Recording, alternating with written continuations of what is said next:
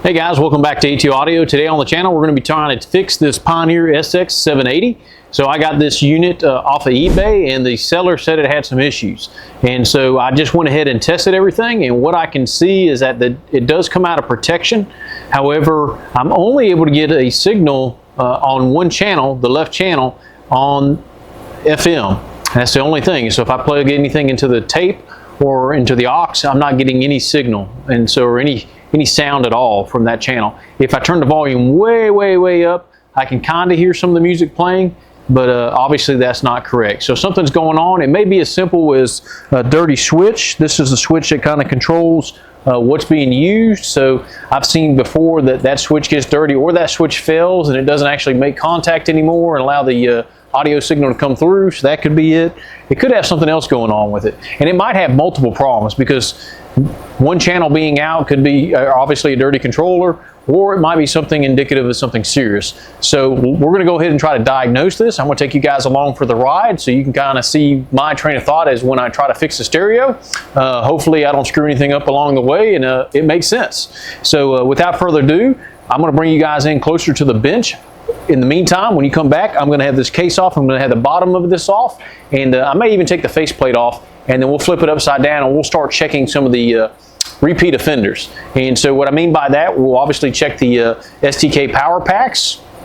When I lit this up, powered this up on my dim bulb, I didn't get a bright bulb, so I mean, that to me shows me that there's no big shorts or anything inside of it. So it may not be a power pack failure, but we're going to check, and we're also going to check the power on the power supply section on those regulatory transistors as well, and see if we can't start narrowing down what's going wrong with this receiver. So come on in and let's get started. All right guys, so you can see that I've gone ahead and taken off the cover. I've also removed the bottom, and we're looking, and we've taken off the faceplate, and we're looking at the front of the stereo. So I think the first thing I'm going to do is go ahead and flush out some of these controls, because I don't want to chase a problem then it may just be dirty controls.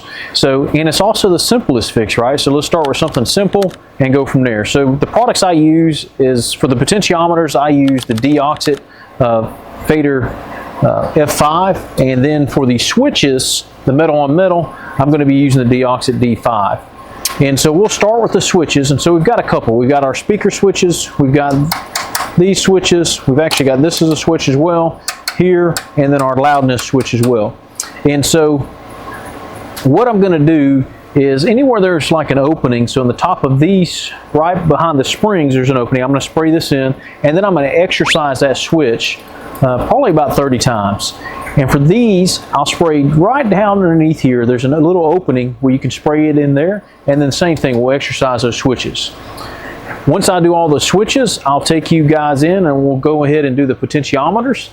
And basically on these potentiometers here, and here on these two, so we've got our treble and bass and our balance and volume, there's going to be a little opening in the back of the potentiometer. We're going to spray our cleaner inside there and then work it back and forth, back and forth, and back and forth. And so I'm going to go ahead and do that off camera. You've seen me do that a bunch of times. It's not very glamorous, but if you have any questions about that, or the products I use, or what I do to clean these controls, just leave them in the comments section below. So I'm going to go ahead and do that. After I do that, I'm going to test it, and then when we come back, I'll report if there's been any changes in the receiver before we move on to our next step. So let me go ahead and get started on that. All right guys, so I just got done cleaning all these controls. I did a really good job and flushed them out multiple times, along with the potentiometers, and I've got some good news. So the good news is I'm now getting a signal from all of my inputs. So I tested the phono, I tested both tapes, and also the auxiliary ports, and now I'm getting a signal, but it's still only on this left channel. So something's going on with this right channel, the reason we're not getting any audio. Now this left channel is distorted too, so it doesn't sound great. It's putting out music, but it doesn't sound great. So we've got to move on to the next step. So always start with something simple. You'd be surprised what dirty controls can do to your receiver. So just by cleaning your controls, you know, you can improve a lot of things. And it's necessary maintenance you'll have to do on your vintage equipment anyway. So while you got it apart, clean your controls. So that's step number one. Now, anytime I get one of these receivers, I have kind of like my basic restore that I do. And I change out the transistors and capacitors in the power supply section. There's a couple transistors in the protection circuit and the capacitor there as well. And there's a couple troublesome transistors in the tuner board. So I would typically replace all those anyways. But for the sake of this video, I'm not going to just start chugging out parts and replacing things. I want to make sure we track down the problem first, and so show you how I would diagnose this. So the next thing we're going to do is we're going to flip this receiver over, and we're going to go ahead and test the voltages on our power packs and see if we're getting anything weird. So let me go ahead and adjust the camera view. I'm going to flip this receiver over, and when we come back, we'll be looking at those power packs, and I'll get my multimeter out and we'll be ready to test those. All right guys, so here we are back on the unit. I've got it plugged into my dim bulb tester. It's powered off right now. I have my negative lead attached to ground the frame of the receiver, and then my positive lead I'm going to be using to probe the power packs. So as you can see, we have our left and right channel. Since it's upside down, it's backwards, and these are the original power packs that came with this receiver. I don't think these have been changed out, so that doesn't mean that they're necessarily bad or anything like that, but we're going to test that. So I've got my voltmeter set to DC volts, and these power packs, what we're going to test is pin 0 and 1, or 1 and 10, I guess it depends on what you want to call it. So 1 should have negative 1.4 volts, and 0 should have 1.4 volts, and that should be the same across both power packs. And so now I can tell you right now, I never get exactly 1.4 or negative 1.4, but as long as we're close, that's acceptable. So let's go ahead. I'm going to turn on my dim bulb tester, and since I've got it going through my dim bulb tester, my voltages will be slightly lower, but it'll be close enough to tell whether we're getting good results. So I've turned on the receiver. I just got relay click. So let's go ahead and do the left channel, and let's test pin 0. And as you can tell on my voltmeter, I'm getting negative 17 volts. So that is not right at all. On pin 1, I'm getting negative 20 volts. So definitely not right.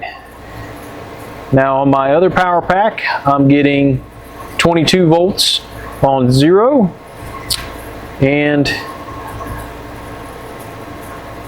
on pin 1, I'm getting 20 volts. So there's something going on with this circuit. This is way out of bounds. So that could be that the power packs are bad. Just because a power pack goes bad doesn't necessarily mean you'll get a bright bulb. It could be distortion. It could just stop working. So that's still on the table here. There could be something else in the circuit going bad, like the pre-drivers. But I'm going to change the camera view, and we're going to look at these regulator transistors over here, and we're going to test those voltages as well. So let me power down. Move this wire out of the way here. I see what looks like fresh solder over here, so someone may have tinkered in here at some point as well. But let me go ahead and zoom in and change our camera just a slight bit. Oop.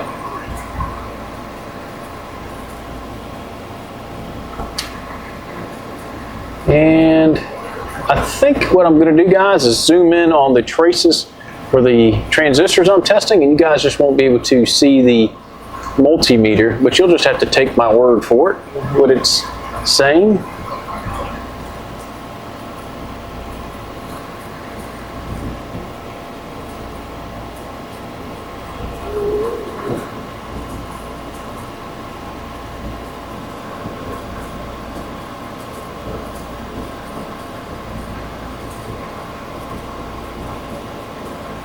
All right, so I think that's going to be a really good shot for you guys.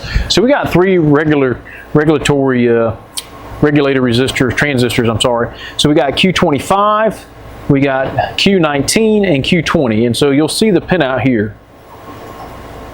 And so if I'm doing this right, this should be B, C, E on all 3 of these. So I've got my readings over here. And so we're going to turn back on the receiver and see if those are supplying the correct power to the receiver and to the power pack. So maybe it's something, maybe we have a cold solder point, there's something going on. So let's just take a quick look at those.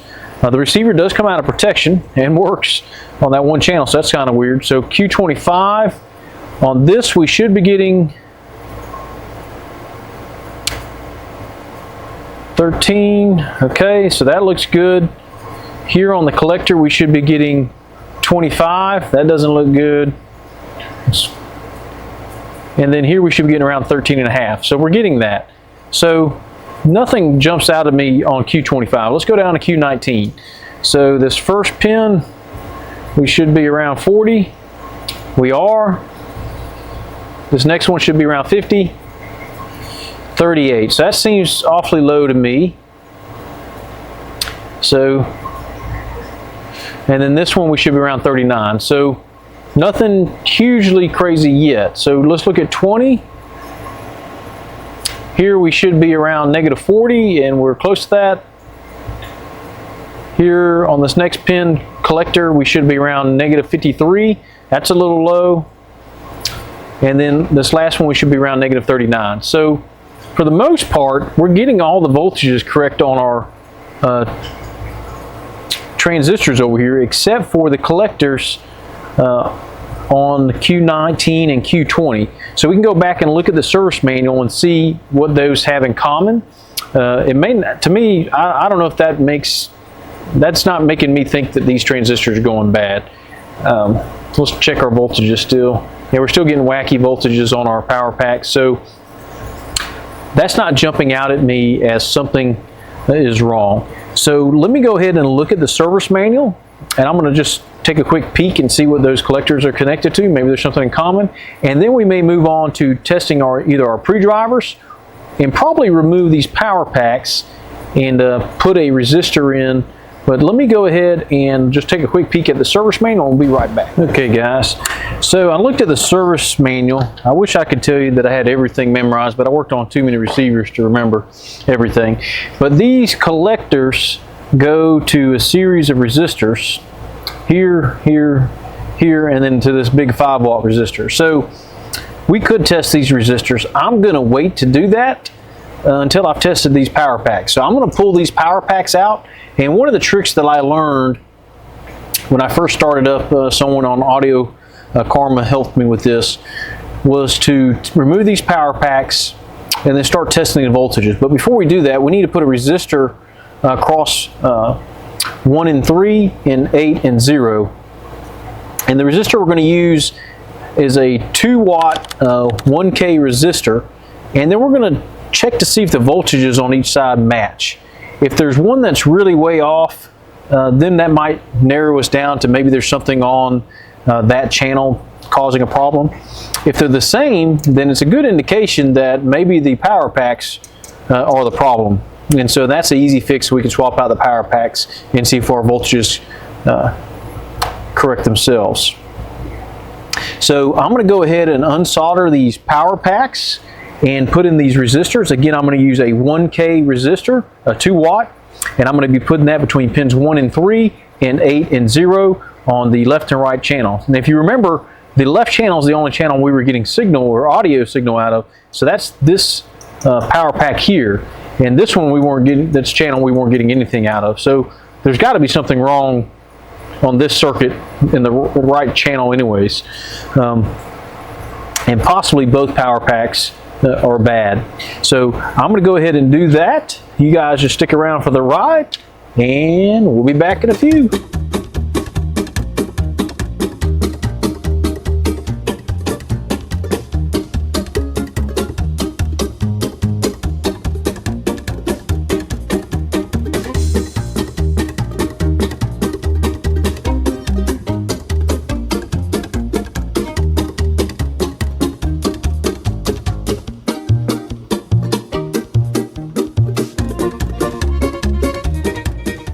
Okay, we've got these resistors soldered in, and I don't think I talked about it, but the reason we put these resistors in is because it's really hard on the circuit when you power on and off this thing without the power packs in.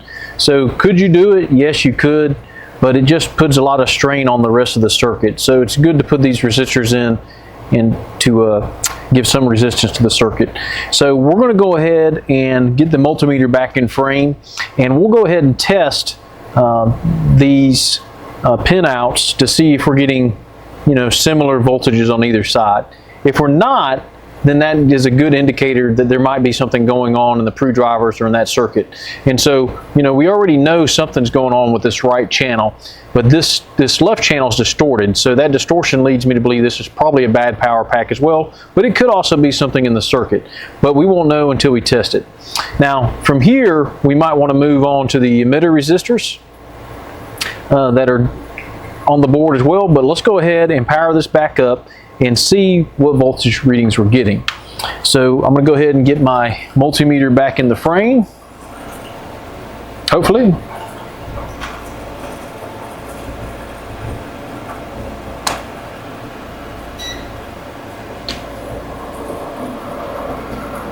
Again, I'm going to hook up my negative lead to the chassis of the stereo.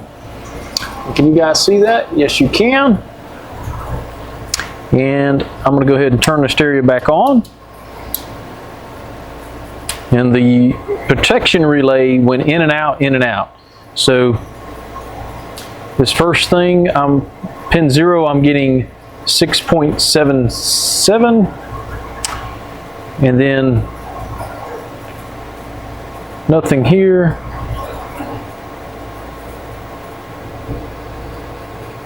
And -6 on this side. So this looks good to me.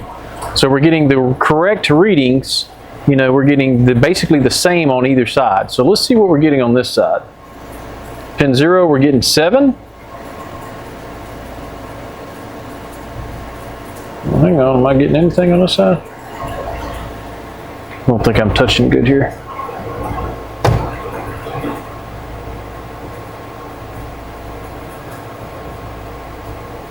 And -5.5. So that's pretty similar. So we may just have a failed power pack situation here. So those aren't drastically different. We are on the dim bulb. So we're getting 7, you know, almost 7 there, and negative almost 7 there, 7. -5.5. So we're a slight variation on this right channel, but not big enough to where I'd be overly concerned. So we may just need to put in some new power packs and see if this is what it is. Now typically these readings should be pretty close, and for all intents and purposes we're pretty spot on. So I think we may get off easy, and this may just be a power pack issue. Then again, it could be more complicated. We won't know until we try it. But if we really wanted to continue to diagnose this, we could look at some of the voltages on the PRU drivers, but I'm feeling pretty good about just swapping out the power packs right now. And so we either had a power pack that completely failed, and that's why we lost the right channel, and then the left one was going bad as well, and that's what was causing the distortion. But let me go ahead and pull some power packs out of my goodie drawer here, and we'll go ahead and unsolder these resistors. We'll go ahead and put the new power packs in there and see if it makes a difference or not. So let me power down the unit, go ahead and get this multimeter out the way, and we'll go ahead and put in some new power packs. So I'm going to go ahead and go get those power packs and get ready. So when we come back, you guys will see the power packs in the receiver, and we'll go from there. Okay, so I've got my power packs here, and so before we put them in, we've got to get the legs bent up on them. So that doesn't have to be a super hard process. We're just going to bend all of these up.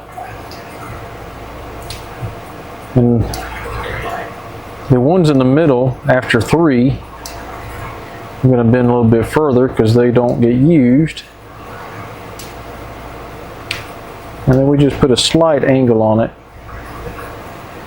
And so you can test fit these. And so that's kind of what it should look like.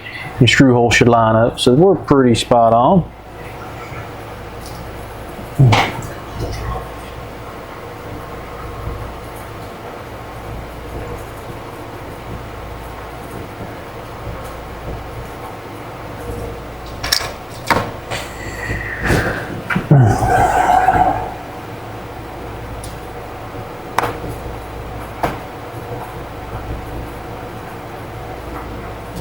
So we'll go ahead and put some thermal paste on these.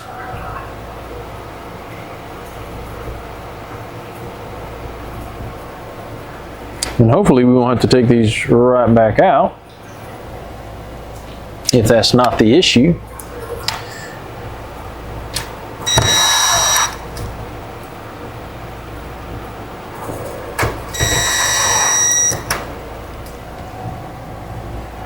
And this is ready to get soldered in.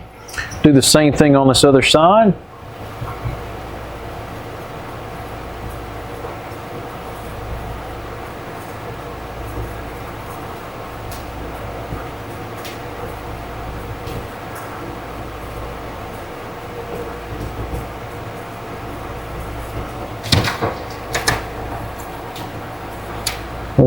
Looks good.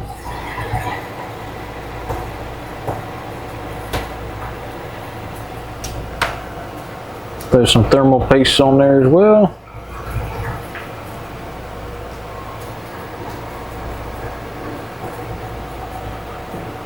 And we'll screw those in as well. So if this is all that's wrong, we kind of lucked out. Really, if this is the case, we just had some dirty controls and some bad power packs. I was kind of hoping for more, and maybe I probably should not say that until I've got it fixed, because I may regret that sentence later. So we're just going to go ahead and solder this in. Again, when I solder, I start with the pad, heating up the pad, and then I transfer the heat to the leg of the component that I'm soldering in. One thing you don't want to do is overheat the pad and damage the pad, because then you're going to be in trouble.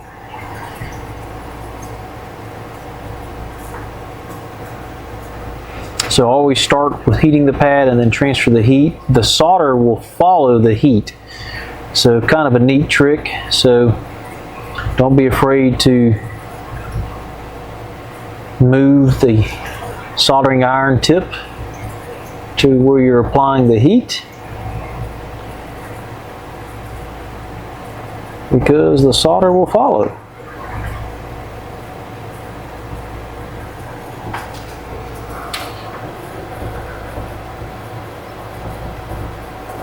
So someone asked me on my previous video to tell them what solder I'm using, or what's a good solder to use, I guess. So this solder that I'm using has flux in it. 2.2% flux. It's a diameter of 0.6 millimeters, and it's a combination of tin and lead, 60-40 solder. And so that's what I use. I've had really good luck with it. I get it off of Amazon. I don't spend a lot of money on it. It's not like you don't have to spend a lot of money. You know, the circuit doesn't know that you spend a lot of money on your solder. But what I will say, that if you start having a hard time soldering, or if it's not flowing very easily, you're probably using the wrong solder. Solder should be a very easy process. It shouldn't be hard. I've said it time and time again on this channel.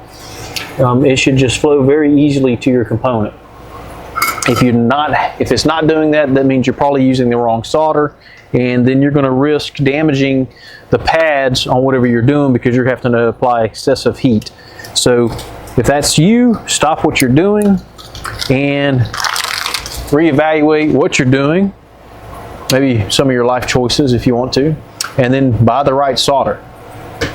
So now that we have this in, I'm going to go ahead and hook up the speakers. So let me come off camera. I'm going to hook up the speakers and everything to it. I'm going to do a quick test, and then we'll come back and report our findings here in just a second. Okay, so good news. We're getting nice, clean music from both channels. And so it must have, between the controls being dirty and the power packs being faulty, we're getting music now out of both channels. And so obviously we had a power pack complete failure on the right channel, and probably one that was going bad in the left channel. And that's why we're getting the distortion out of that left channel. Now, I went ahead and tested the transistors in the power supply section, Q25, Q19, and Q20 that we tested before, and now I'm getting all the correct voltages on all of those, and so that's good. And then I went ahead and tested the voltages on the power packs themselves, and the left channel spot on, right where I expect it to be, but the voltages on the right channel is still a little off. They're close, but not close enough, I think. So there might still be something going on there, and so I've seen this happen for a couple reasons, I think, before, and one could be a resistor in that circuit that's slightly out of spec, and I've seen that happen before.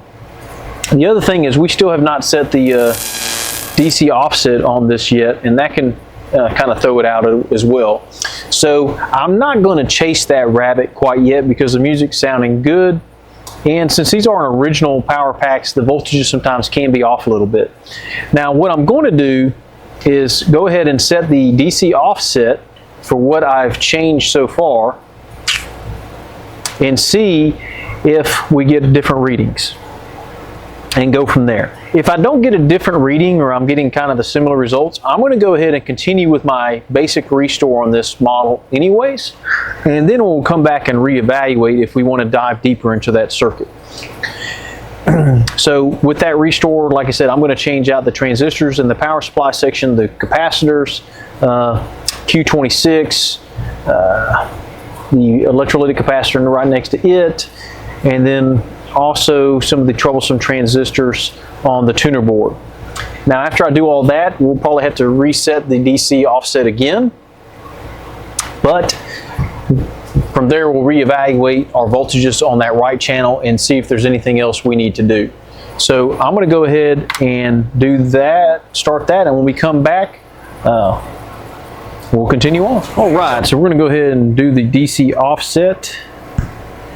Let me get my plastic screwdriver here. So that last clip I was hurrying up trying to get off the camera because my wife was calling me, and I don't know about you guys, but my wife has a superpower.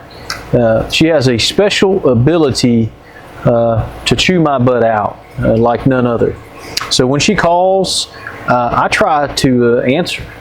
So I don't know if you guys have that same, if your wife has that same ability or superpower, but mine does. So if that happens, you know, just know, guys, that you guys will come second if it saves me a butt chewing. So we're going to go ahead. Now back to stereos. We're going to go ahead and do the DC offset, and so to do that, we're really going to be interested in a couple things. And I know it's going to be hard to see, so just do your best. But we're looking straight into the circuit board. These little blue variable resistors are the ones we're going to concern ourselves with, along with pin 6 and 9. And so obviously one will do the left channel and the other will do the right channel.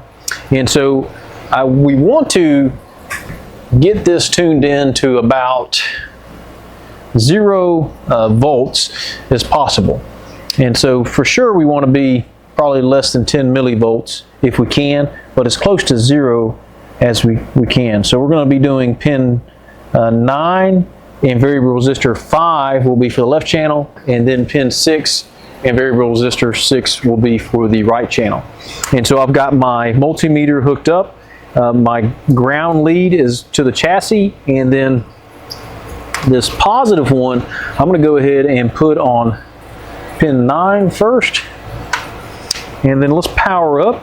Now when we do this, we want to make sure that we're not on the dim bulb. And so this is the left channel, and right now, guys, this is like practically spot on 0. Crazy. So let's move over to the right channel, the channel that we're kind of iffy about, and let's go on to pin 6. And pin 6 is way off. So that might be where our problem lies. We're getting about 0.6 of a volt, so which is about 600, almost 600 millivolts. So way more than what we want. So we need to tune that down. So that might be the problem right there, guys. So because that wasn't even close. The left channel was spot on, but that other channel, the right channel, was not. So it's coming down nicely. I know y'all can't see my multimeter, but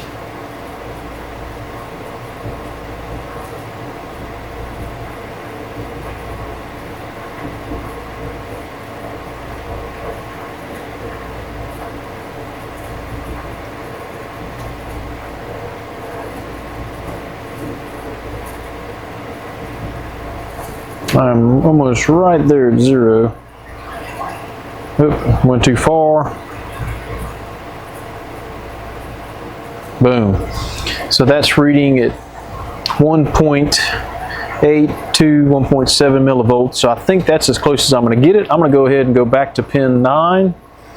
Just see if we're still pretty close there. On that one, we're at -2 millivolts right now.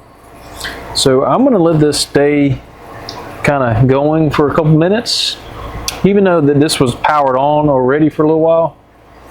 So it should be warmed up pretty good, but we're just going to let it sit for a little bit longer. I'll tell you guys about my day, what I eat for lunch. In case anybody's wondering, I went to a place called Bigwood, and they're really known for their barbecue, but I actually got the fried catfish today, and it was pretty good. Eating is one of my favorite pastimes. When I'm not working on stereos, that's pretty much what I want to do, is eat. Unfortunately, that has side effects such as a big belly, which I'm trying to run off.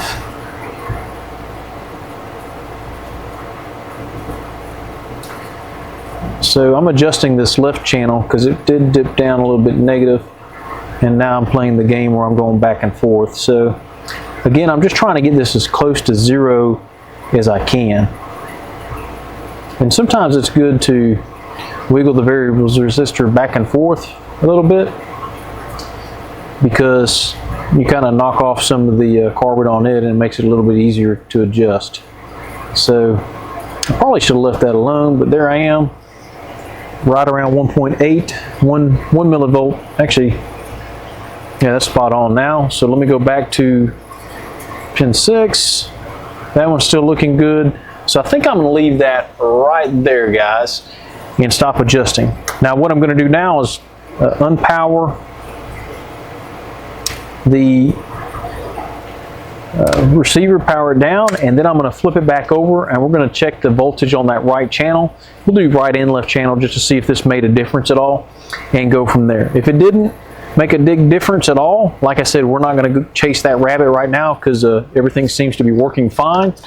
But what we'll do is go ahead and continue with our restoration of this, and hopefully either that'll fix some of the problems if there's some ghosts there, or once we get there, that'll just eliminate some things we have to check. Again, this could be a phantom resistor that's just a little bit out of whack in that channel, but we won't know. So let me go ahead and flip this over, and then we'll test it again. There's power packs again, and see what we're getting.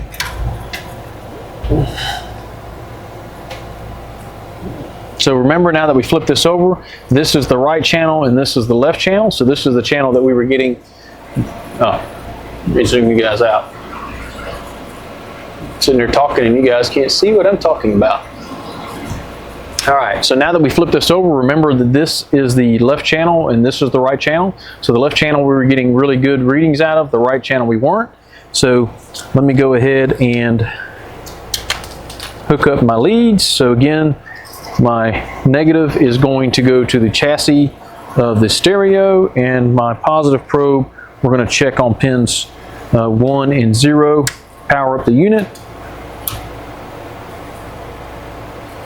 And so on this left channel, make sure I put my multimeter into volts. I'm getting, on 0, I'm getting 1.18, which is perfect. On 1, I'm getting negative 1.17, so that's perfect. Now going to the right channel, the channel we were wondering about. Oh, spot on. 1.18 and negative 1.17. So guys, that was it. So our DC offset was just a little wacky. I mean, it was a lot off on that right channel. So now we're looking perfect. So both our voltages on the left and right channel on pins 1 and 0 match, and they're very, very close. I mean, they're spot on. So that was our issue, guys. So this receiver I picked up pretty cheap, and so, you know, now granted, I got lucky because this could have been something major wrong with this, a random resistor somewhere that was really screwing things up, and that takes a lot of time to diagnose. But a lot of times, if you can kind of halfway know what you're doing, you can use the methods I just talked about to test these power packs out and narrow it down. So now that we've got this receiver working, the voltages, everything is back in line, we've cleaned the controls, we're going to go ahead and start with our basic restore. And so we're going to start swapping out all these components. So let me go ahead and get set up for that, and we'll go ahead and start pulling some of these components. And this time I'm going to talk about what transistors I'm using and give you guys a little bit of rundown of what I'm using to swap this out. So let me go ahead and get those components, and we'll be back in a second. All right, so I've gone ahead and gathered the components that I'm going to use to change. So let's go ahead and talk about that. And so we're going to change a total of, I think, 6 capacitors and 6 transistors. And so we're going to replace Q25, Q19, and Q20. We're going to replace these capacitors in the power supply circuit. And it's nice, they're all in a straight line. And then right down here, you'll see this chip down here. This is PA3004, I think. And there's a transistor that tells this when to send the signal to the protection relay. And there's a capacitor right there. And so we're going to change that transistor and that capacitor as well. And then on the tuner board, which you can't see in this camera view, there's 2 transistors, Q7 and Q8.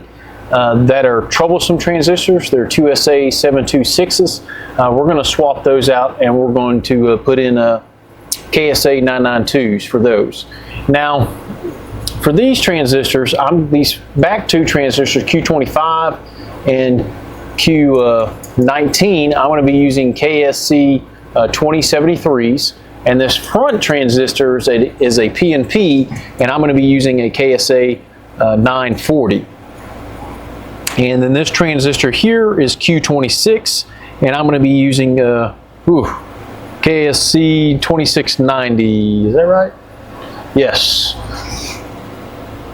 And so now, the big thing with transistors, and as you've heard me talk about it on other videos, is making sure we watch our pinout. So make sure that you know the pinout of all of these transistors. And so for these transistors here, the pinout is going to be BCE, but for all the other transistors, it's ECB. So on the board, it has marks that tell you, and on this particular board, it actually says E, C, or B. So just make sure that you're putting it in correctly. Now with these transistors, they're on these heat sinks, so we're going to have to put a thermal compound on the back of those transistors before we mount them. I like to point that out because there's been several times when I've gone in and I've gone in after somebody else that they forgot that step, and that's very important. So that thermal compound facilitates the transfer of heat to these heat sinks, and this was a big issue with these receivers. The 780 is that these transistors, especially these back 2, they got overheated, and it would basically get hot enough to melt the solder or soften it up, and then it would not be connected. And so that's a common issue with the 780 and the 880. So very important that we're doing everything we can to facilitate that heat transfer. Thermal compound does that, and it also fills any gaps or voids because these heat sinks are not perfectly flat, and the transistors are not perfectly flat. So you want to put enough in there to we get a little squeeze out, and it fills those voids. That way we're getting really good heat transfer. Now the electrolytic capacitors, we have a positive leg and a negative leg. And so if you look on this capacitor here, you'll notice one leg is longer than the other. So that longer leg is the positive side of this capacitor. And the negative leg is the shorter leg, but it also has a stripe on it with the negative mark. So make sure that when you're putting these in, that you're paying attention to the polarity on the board and that you're putting them in the correct place. And if you do those things, guys, and you have good solder, this should go relatively smoothly. So the only other thing, guys, is how you unsolder your components, being super careful not to damage the traces or the pads. And like I talked about earlier in this video, one of the ways you can do that is by overheating the pad. So if you're using like a wicking way to get the solder out, that's pretty common because you're heating it up. But I like to use my Hatco 301. I find that it removes the solder. Now I do this a lot, so I spent the money to have that. But if you're not doing it a lot, you know, that may be too big of an investment to have that tool. But I tell you what, I love that thing. It really speeds up my progress. So I'm not going to go ahead and show this entire process. I just kind of walked you guys through it, and I told you guys what my substitutions are. I'm pretty sure I told you everything. The capacitors in here, I'm going to upsize some of the voltages on them if I had those. And I like to do that in the power supply section just because those are the ones that that's the heart of the unit. And I just find that sometimes they skimped out or just put just the bare minimum in there, and so I like to upsize the voltage on those. Make sure you're using good capacitors. Don't buy this crap on eBay that's from China and put those capacitors in. Go ahead and use a reputable supplier like DigiKey, Newark, or Mauser, and get good capacitors and put in there. And so once we do this, this unit's going to be in really good shape. Other than that, it's going to be a cosmetic cleanup. We'll go ahead and redo the DC offset and then also calibrate the power meters, and then this thing will be ready to go to its new home. I'm not going to do an FM alignment or anything on this receiver. It's working just fine, and it looks like it's pretty much spot on. So let me go ahead, and I'm going to go ahead and start making those substitutions, pulling and chugging, and when we come back, we'll go ahead and move on to the next step. All right, so we're done doing all our substitutions, and so a couple things I wanted to point out. And so after getting everything swapped out, I went ahead and tested the capacitors. And I would say this capacitor, and this very first one here were just slightly out of spec, not life-ending or anything else. Now, that being said, you don't know how much of a difference it'll make and when it'll make that difference. So it's always, like I said, good to go ahead and do some preventive maintenance. So these things could last another day, another year, another 5 years, who knows. Now, I did run into a few issues though with the other capacitors, and so namely this capacitor that was here was just completely done. I mean, it was not reading anything on my Peak Atlas capacitance, and then when I used one of my other tools that read lower capacitance, it did pick up a reading, but it was in the picofarads, which is way out of spec for this capacitor. So for all intents and purposes, that capacitor was completely dead. Now, if you look down here, you'll see this blue capacitor here. It's a Panasonic capacitor, and it's part of this protection circuit. And so I swapped out the transistor there, and then this is our PA3004 IC that helps with regulating, turning on and off signal to this relay, drawing in the relay. And this capacitor was completely dead. I didn't get a reading on any of my testers with this capacitor that was in there. And on my Peak Atlas, no reading. And then on one of my other testers, it just showed that it was a faulty component. So I'm really surprised that this thing was actually pulling in the relay and coming out of protection to begin with. And when I first started powering this up, the relay cycled a little bit, and I didn't really pay much attention to it because I thought it might be part of the other problem with the power packs, but it still did it before I did this substitutions. Now, once that I've done this substitution and replaced all these capacitors, and namely, I think it was this capacitor in the protection circuit that was causing the problem, it does not do that anymore.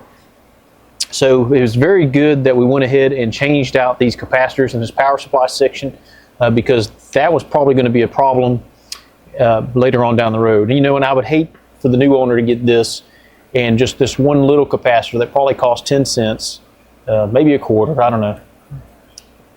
is the reason why this stereo wasn't coming out of protection. So now all these transistors, these capacitors, this transistor and this capacitor here has been changed out, as well as the two troublesome transistors in the tuner board. And so I just turned this thing on. It sounds really good, comes out of protection, doesn't cycle in and out of protection like it was doing. So everything looks really good on this. So the only thing really left to do on this is to redo the DC offset, which I'm not going to show again because I already showed you guys how to do it, and then adjust the power meters. Now the power meters are going to be adjusted with these two variable resistors up here. So this variable resistor and this one up here. So that's how we're going to tune those. I've done that on a previous video, and so I'm not going to do it on this video for the sake of time, but you know, I think this just shows you guys, kind of gives you an illustration of how I go about fixing this. Now this one was pretty simple to fix. You know, we ran into a couple issues with the power pack, but I showed you how I diagnosed that. And then we also changed this, and while changing this, we identified another problem. And also with these transistors, I think we might have had a cold solder joint on a couple of these transistors. It looked like someone had tried to add solder before, and so there might have been an issue there at some point, but now we've got all that corrected. So I'm going to turn this upside down real quick and change the camera angle. So let me just go ahead and do that, because I wanted to point out something else to you guys.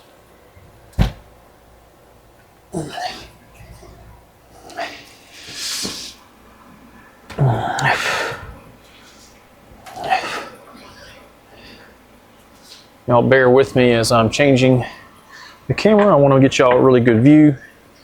That way it's really well illustrated here.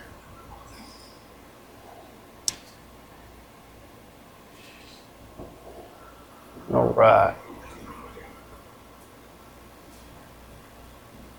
And so as you look here, these are transistors, Q25, Q19, and Q20. And I wanted to talk a little bit about soldering. And so obviously I've soldered this all in. Make sure you trim your leads. These are the capacitors here that we swapped out. And then also over here is where that transistor and capacitor was, the problem capacitor that we were talking about. But I really want to focus on these solder points here. And so if you happen to do one of these 780s or 880s, I think a very good thing to do is to be mindful of how you actually solder this in.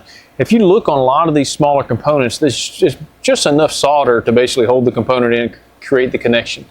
But on these, I like to kind of balloon my solder up. And so the way to do that is good soldering practice. And I think I've talked about this before, but I get the solder on the pad, heat up the pad, and then I transfer it to the leg up here. So then my soldering iron is actually on the leg as I'm putting in my solder. And what that does, that heat draws the solder up the leg of the transistor. And so as you can see, I don't just have like a little dot. I've almost got kind of like a concaved bubble that goes up the leg of the transistor. And so the reason I do that is because, you know, these transistors get hot, as we talked about in the 780 and the 880s, and sometimes they'll soften up this solder, and then you'll create an issue where it's not making a connection. And so it's kind of common sense. The more solder that's there, the hotter it's got to get, the longer it's got to get hot to soften up this solder. And so by heating up the pad, transferring the solder to the leg, the heat to the leg, and then drawing that solder up the leg, you're adding more mass to that solder point, to that joint. And that means it's going to have a lot harder time heating up all of that solder to make an issue. Now, I guess I've not done some scientific background, but I think that's pretty common sense, that the more solder that's there, it's going to take longer to heat up. So when you're soldering this, make sure that you're just heating up the pad and transferring to the leg of the transistor, and then that way that solder is drawn up the leg and you're getting a really good joint there. And that's good practice with any of these things that you're doing, because you don't want to spend the majority of your time heating up the pad, because you can damage the pad or the trace. And it's not the end of the world if you do that. We can replace or repair the trace or the pad, but when you're doing this, you don't want to make yourself have to do any additional work. So I just wanted to point that out to people who may be new to soldering, and hopefully that shows some value. And if you're doing one of these 780s or 880s, I think this is a good practice to do, just to kind of give yourself some added insurance for these regulator transistors. So if they do get hot, it's not going to melt this solder right away or whatnot. So just wanted to point that out. Zoom back out. So this unit is pretty much done. And so like I said, the only thing left to do really is adjust the power meters. And I've done that on another video with this identical receiver, so I'm not going to do it and show it on camera here. But if you guys have any questions on diagnosing your 780 or your 880, let me know in the comments down below. If there's something that specifically that you want me to show you guys, leave a question, leave it down in the comments below. We kind of took this receiver as we didn't know what was wrong with it, and we diagnosed that one of the channels were bad, but that was after we cleaned all the controls. And so we want to make sure we rule out any of the easy stuff first. Then we checked our voltages on our power packs. Remember, pin 1 and 0 should have either negative 0.4 or positive 0.4, and we were getting some really high differential voltages on those. And for this right channel, we weren't getting any audio signal at all. And the left channel, we were getting signal, but it was distorted. So then we connected our 1K resistors across 1 and 3 and 8 and 0. And we were able to use that to see if we had any like weird voltages. And we were pretty much spot on the money. I think we were reading around -7 and +7 on both sides. So we knew that the circuits were pretty much in line. Now on the right channel here, it was a little off. It was still not perfect, but when we adjusted the DC offset, that brought it all back in line, and so the voltages were looking perfect. And then from there, we just did our normal restoration and changing out some of the transistors and whatnot. So that's what we did to diagnose this. Now, we kind of got lucky because that was the first thing we checked, but it doesn't always go that way. And the more you fix these stereos, the more weird things you see. So, but for this one, we'll call this a win. We'll put this in the win category, and we can move on to another receiver and live to fight another day. So this receiver is pretty much done. I'm going to finish up those things we talked about, also kind of just clean it up and clean the faceplate, and then I'm going to list this receiver on my website, atoaudio.com, under the receiver section, and this will be for sale. It's a nice receiver, it's in good shape, and we know it's working good now. And so if you guys have any questions, as always, leave them in the comments. If you haven't already, please make sure to subscribe and turn on your notifications, because that's how you'll get notified that I've released new content, and you can continue to show me some YouTube love. But as always, thanks for watching, and I'll see you on the next video.